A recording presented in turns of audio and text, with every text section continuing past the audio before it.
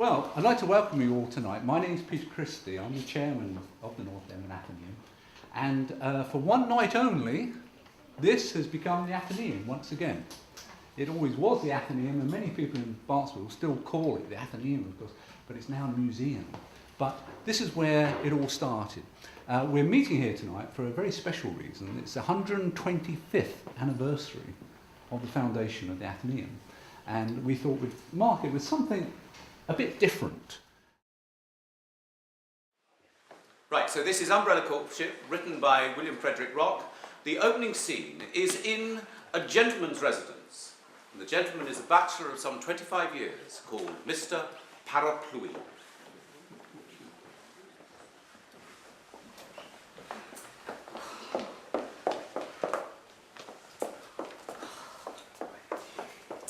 Strange that my young master with his £1,000 a year should only have one servant.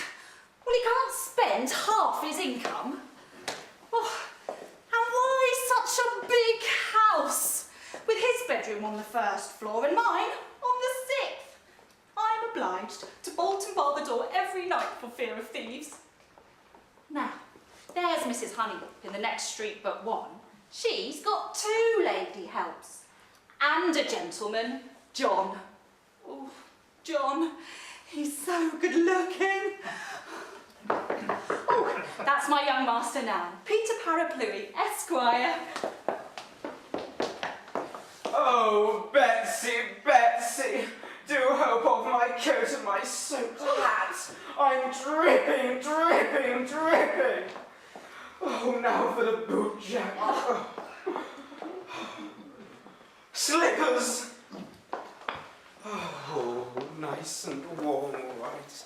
Oh, do wipe yourself down with this napkin, sir. Oh, bless me, how wet you must be. Would you like a little nip of brandy? And I'll sit in my armchair, putting my feet up on the fender and poking the fire, and once again bless myself that I'm in Bachelor's Hall. I wonder, if there was a Mrs. Parapluie, would she allow me to put my feet up on the fender and to poke the fire?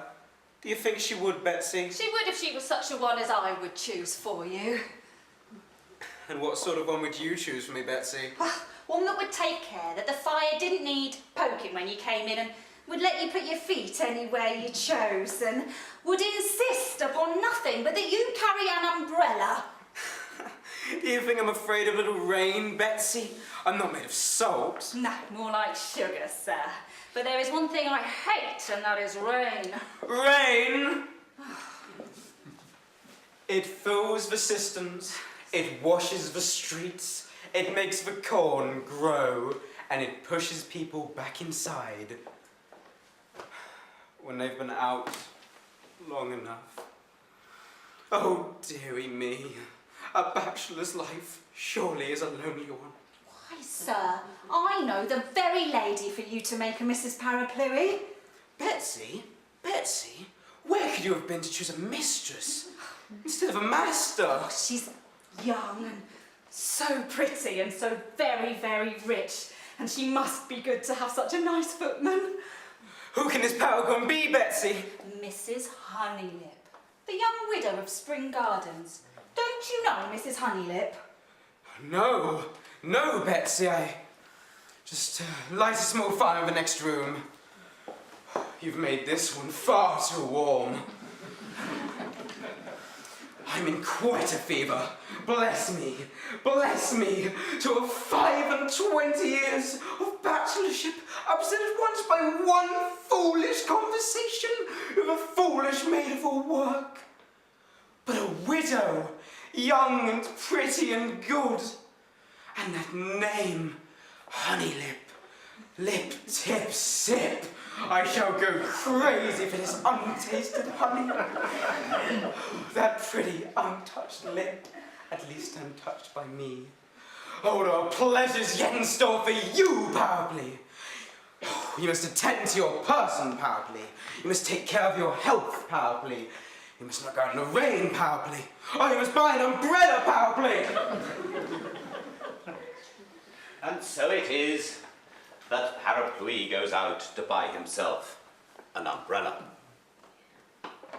Now, on the other side of town, in a house that is remarkably similar,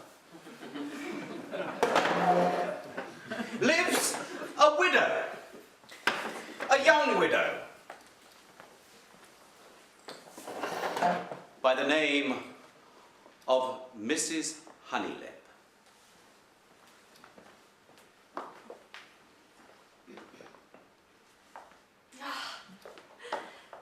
That vacant chair. For it's 12 months yesterday I did lose that sainted young husband of mine. 365 days I've bewailed his loss, as is appointed for all widows.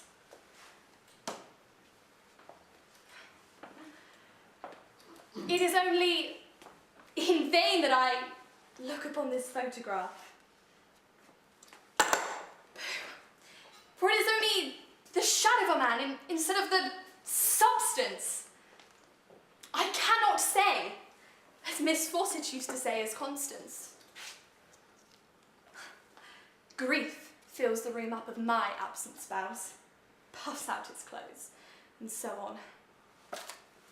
But no, 3 years of marriage have reconciled me to a year of widowhood.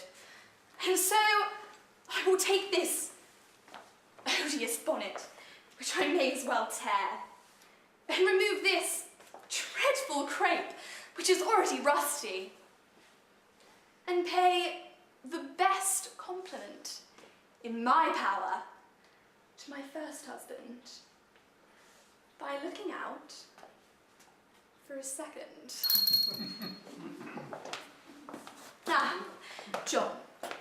John Upright.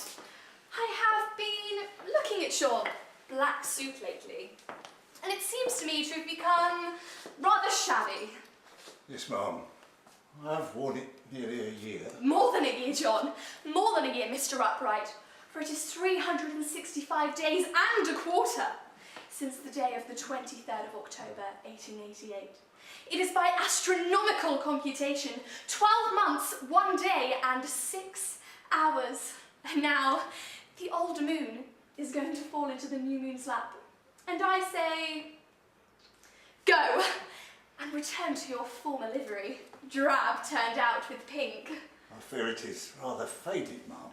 Then go to Mr. Wellfit and have him fetch you a new suit, a tolerably gay suit, for I'm sure you are tired of wearing black. Oh, and have the hatchment taken down from the front of the house, for we must try to forget the winter of discontent. Go to Mr. Wellfit. I, alas, must depend on Mrs. Trimwell to conceal with a little ribbon, and a little lace, and a little silk, and a little satin, the woe which oppresses my afflicted bosom.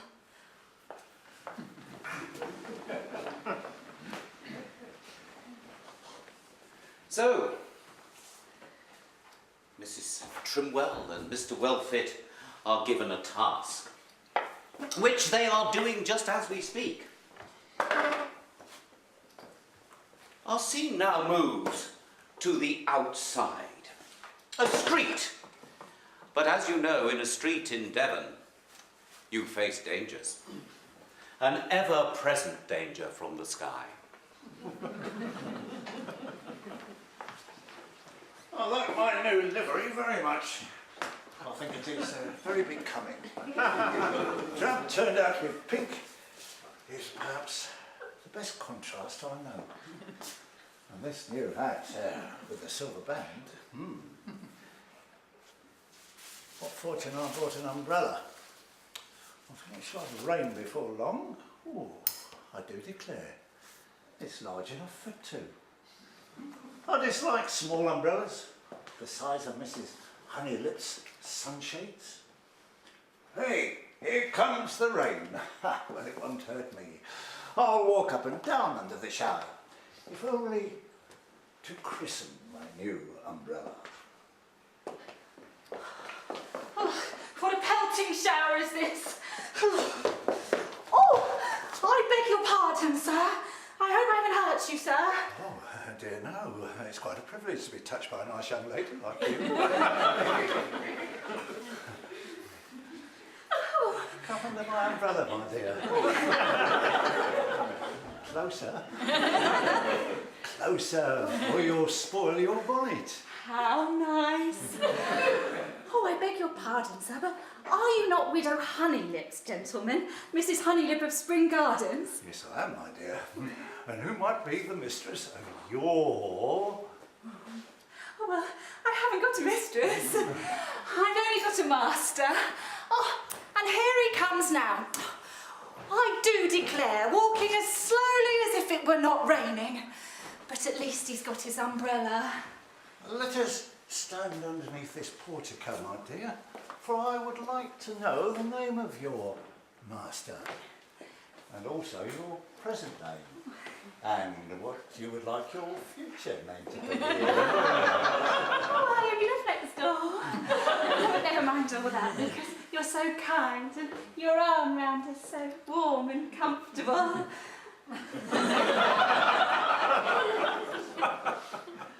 What must be, must be. And what should be, should be. And what will be, will be. And so many bees put me in mind of honey. And honey puts me in mind of the sweet unknown. Oh, her sweet name haunts me. I think of it by day. I dream of it by night. Honey, honey lip, honey moon. Oh, I shall go distracted. Did you hear that, Mr. Upright? That's my master. He's in love, Sir John. Yes, my dear, it's a terrible thing to be in love. Why, Miss Bustle, you've put me in quite a fussle. Oh, if only you could be introduced to this embodiment of sweetness. But I fear I shall be too bashful to declare my passion, which after all is simply the adjuration of a name. How much more backward he is than you have been, Mr. Upright. Hush, my dear. Here comes my mistress, Mrs. Honeylip. Oh, his tiny sunshade will never protect my new bonnet and... Oh, what a charming man. Oh, pardon me, madam. I fear my large umbrella may have touched yours, which seems far too small to protect so much that is lovely from this heavy rain. I would venture to offer you mine, but I fear I am too bold. Oh, by no means, sir. I accept your colouring. Much delight. I live in Spring Gardens, sir, some few streets off. I have lived there alone for 366 days and a quarter. For Spring Gardens has lost all the Maid Spring or summer delightful to me. For I am a widow. What do you think of that? Well, my dear, widows are far more reticent, but not quite so backward as maiden ladies. Did you say Spring Gardens, madam? My servant told me of a charming person who lived in that district. Surely there cannot be two of such. Or am I speaking to Mrs. Honeylip? I am that unhappy person, sir. Or rather, I was that unhappy person. For I am a widow of him who I thought the dearest of men. A widow, sir, for I think I mentioned, for 366 days and a quarter, up to 10 o'clock yesterday forenoon. For, sir, only a widow can know what true bereavement means. Yours has been a long term of sadness, madam. Come, let us retire to that portico, for the rain continues and I fear to injure your beautiful bonnet. I had remarked that you had long been a mourner. Yes, sir, for a full year, sir. And as Mrs. Trim, I remarked, as she fitted this new bonnet, which you so politely observed was very becoming, directed by your beautiful umbrella and your great kindness. Women, my dear sir, are not made for mourning and solitude all their lives. Surely not, madam. Alas, no. I feel that they were not so formed. They need sympathy. They need consolation. They need companionship. Heaven forbid, madam, that you should longer be a solitary mourner, for it takes but one to lead you from the house of mourning to the portico of delight, which for the first time in such long while this has become for me. Can I hope to be that one, madam? You speak in riddles, sir, but let me not be misunderstood. They are very charming riddles, and I must own a very pleasant portico. For I wonder who could live here. Ah, here is a brass plate. Mr. Parapluie. What a strange and what a pretty name. Not a disagreeable one, I hope. For I must ask you to take it for your own. This is my house, madam. I thought it would come to that. A very nice house, Mr. Parapluie. The rain has ceased, my dear sir, and I think we may venture to look at each other. I neither object to the house, or the owner, or the name. I am sure that you will make the house as pleasant of you as you have made this portico. I have one very good servant, Miss Betsy Bustle. I have an excellent footman in Mr. Upright. I hope they will not object to live together. Madam and sir, we would be more than happy to still be your servants. For Betsy and I have made the good use of our umbrella that you, sir, have made of yours. Well done, Betsy. Congratulations, Mr. Upright. We wish you joy. Oh, and I am sure John and I wish my master and you joy, ma'am. Delightful! I have a word to say to all present.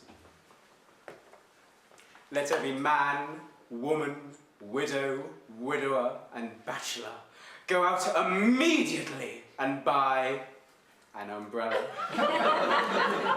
and seek to keep it up until pleasure reigns.